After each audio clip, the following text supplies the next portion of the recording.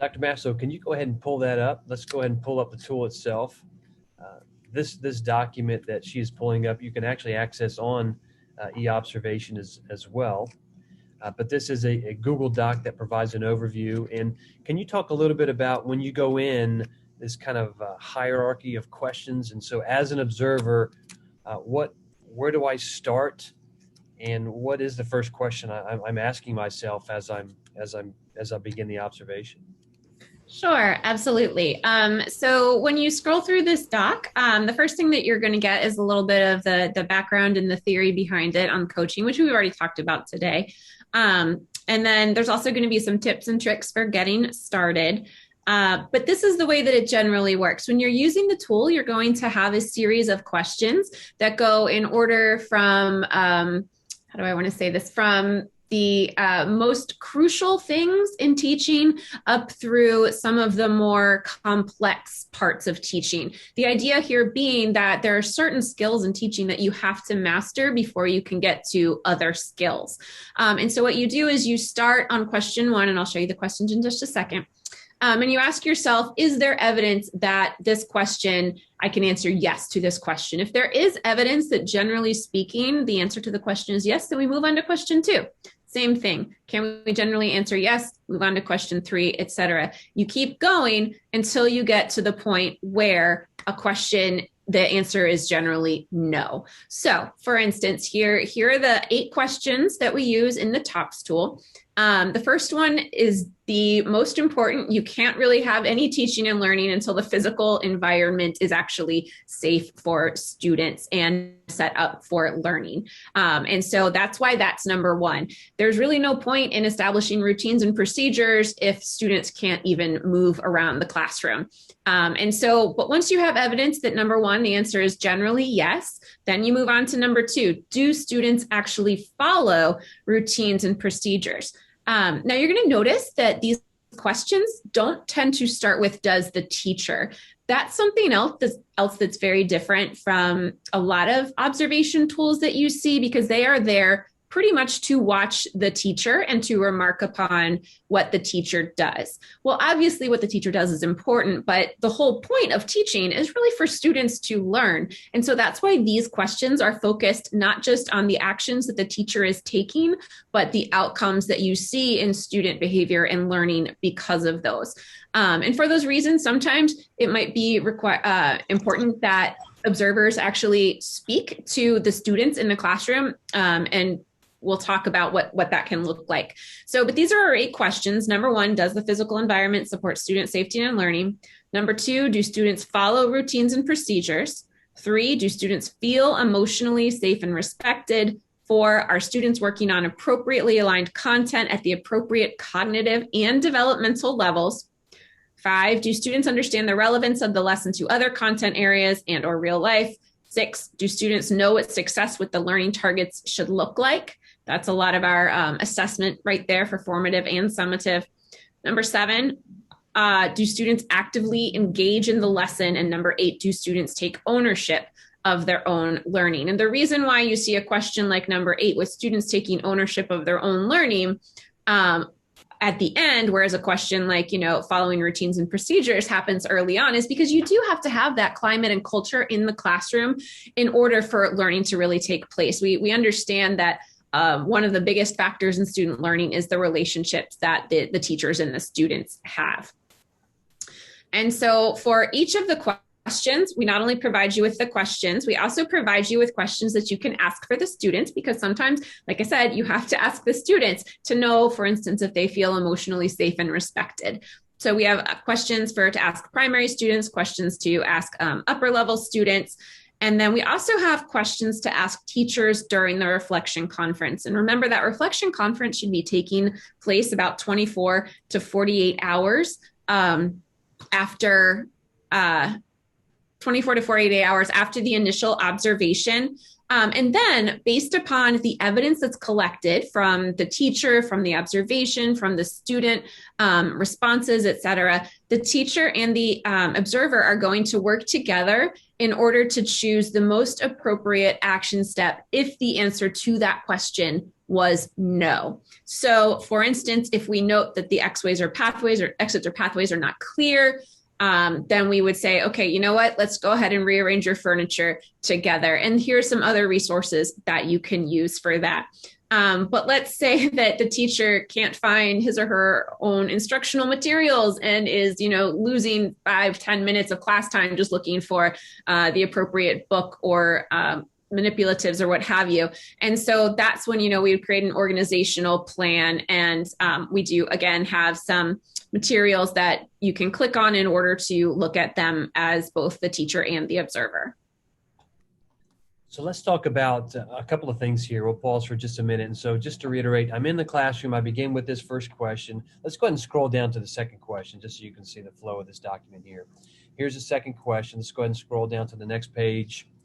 And I've got some of those there. So that second column, if you see, then you can choose this growth step. An important piece here is what a lot of our administrators will do is they'll take the growth step verbatim, copy it and paste it, and then sometimes tweak it. Sometimes they may even tweak it during the post-observation conference once they're engaging in dialogue with classroom teachers. Now, this is not an exhaustive checklist. And so let's say, Dr. Maxlow, if there is nothing I see on here that sits well with me as an observer for a growth step, or perhaps engaging in the conversation with a teacher during the post-observation conference, if you scroll down just a little bit to the next page. So if I get to 2F and there's nothing there, can you talk about how we would just come up with our own growth step to meet for this particular question? Yeah, absolutely.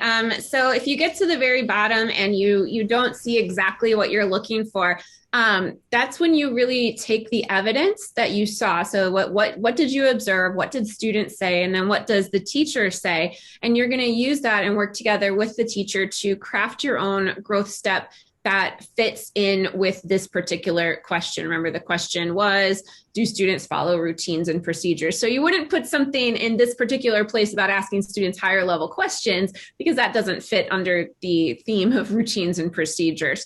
But yeah, and sometimes if the teacher is a little bit reticent or doesn't really know what to do to improve, then it is possible that the administrator or the observer might take a little bit more of the lead in suggesting what the action step needs to be. But generally speaking, we want it to be as much of a partnership as possible. Dr. Haynes, let's go back for a second to the first assignment. If you'll keep this up, Dr. Maxlow. So for the first assignment for this course, you're asking students, and the syllabus will be asking students to provide feedback on this tool, right? So just for clarification purposes, the e-observations does not get this feedback at all. This is an opportunity for a division because this form that you see here, this Google Sheet, is actually made available for free to divisions who want to take it and manipulate it and make it their own. And so for the assignment, are you asking that they go in and give feedback on the questions? Perhaps there's another question they want to add to that, or revise one that's currently here based on a division initiative, or are there some additional growth steps they either want to tweak the verbiage or add new ones? Is that the assignment? Actually, everything you just said. So you explained that assignment in a very thorough fashion. The other piece to it is once they make those suggested edits or what have you, make it fit their divisions, initiatives, and goals, that they write a summary sort of kind of outlining the rationale for those suggested changes. But then they take that document and do the observations in the video that is provided in the assignment, as well as parlay that into the final assignment utilizing that tool. Okay. So they'll get feedback based on that 2-page summary and rationale behind why they made the changes or additions, and then they take it from there. And then for the final assignment, 2 of 2, that is using the TOPS tool verbatim as it's in e-observations. They're not actually using the edits they've made to their form. Is that correct? Well, we've done it both ways, and Okay. for the purposes of this, I think for the most part, you take the TOPS observation tool, but Dr. Maxlow and I talked about that before, and we did have some flexibility with folks who wanted to utilize it with their additions or subtractions, because they felt it met the needs of their respective school division. So just having that dialogue, and I think we do give some autonomy for the instructors who are teaching the course. Honestly, I have done it both ways, so I can't say that one way is better than the other. Okay, so if your preference then, or if the instructor's preference is to use whatever version you believe of the tool is best suited to meet your needs, then if you're using it as is in eObservations, you would use it in eObservations. If you're making any tweaks, you can't do that in eObservations, so you would use it, this particular doc here, make a copy of it. Is that correct? Exactly, and then incorporate that as an appendix. Okay, and just for clarification again, you all for ELS 701 and 801 paid a subscription to eObservations. There's no need to purchase that again. When you purchase that for 701, 801, you get that for use during 728, 828, really the remainder of your ODU program. Dr. Maxwell, let's talk about these 8 questions. Sometimes we have administrators, particularly in all-star teacher classrooms, are just given a certain block where you get through all through the 8 questions. So one question I have for you is, if we answer yes to everything, is there a number 9? Is there an other? And then the other piece is while we say it's optional when you're addressing the question, let's say take question number 1, and you say the answer to that is yes. We say it's optional whether you want to include evidence of that, and we'll talk about that in the demo of the tool itself, but in the observations. But I think teachers always appreciate seeing some feedback, even if you answer yes. So if you could address those 2 points. Okay.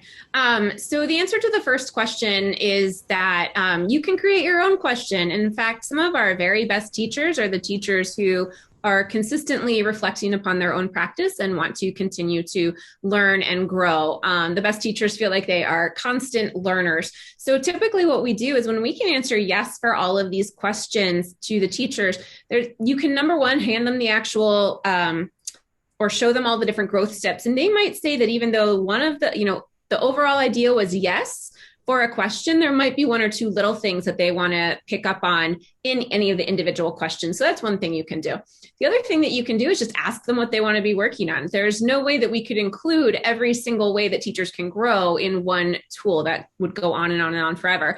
And so the majority of the teachers who are teaching at that high of a level, they're going to have an idea of what they want to keep learning and trying. Maybe they want to try Socratic seminars. Maybe they want to refine their project-based learning technique. Maybe they want to have more field experiences for their students. These are all things that you can actually write goals around in conjunction with the teacher. So that's the question that's the answer for the first one. So yeah, it's interesting because, in theory, the entire process that we're showing is about growth. And, growth does come from looking at your strengths. But in order to improve, you need to know the areas in which to improve. But what we've seen is that teacher evaluation and observation has been about summative evaluations for so long that a lot of teachers don't feel comfortable with an observation taking place in which they are not seeing some of the positives as well. Not only that, we found that some of our administrators were not necessarily rolling this out in a way that made it clear that it was about growth. And so, we heard from some teachers that it felt like the administrators were coming in until they found something wrong, and then we're telling the teachers what to do differently. You can absolutely understand how that might not kind of create the partnership that we're going for here. And so for that reason, we do recommend, especially if we're doing it at first or with a staff that hasn't quite embraced the idea of growth cycles yet, that administrators do go ahead and put some of the evidence-based, some observation-based evidence that they see for the questions to which we answer yes. So for instance, do students follow routines and procedures? If the teacher flicks the lights on and off and students all become quiet, that's evidence that students are following the routines and procedures. And we don't recommend that we write up a whole thing like you would for a summative evaluation or observation. This is not the point to give people more paperwork to do. So it needs to be quick. It needs to be brief for both any areas of strength and any areas for growth.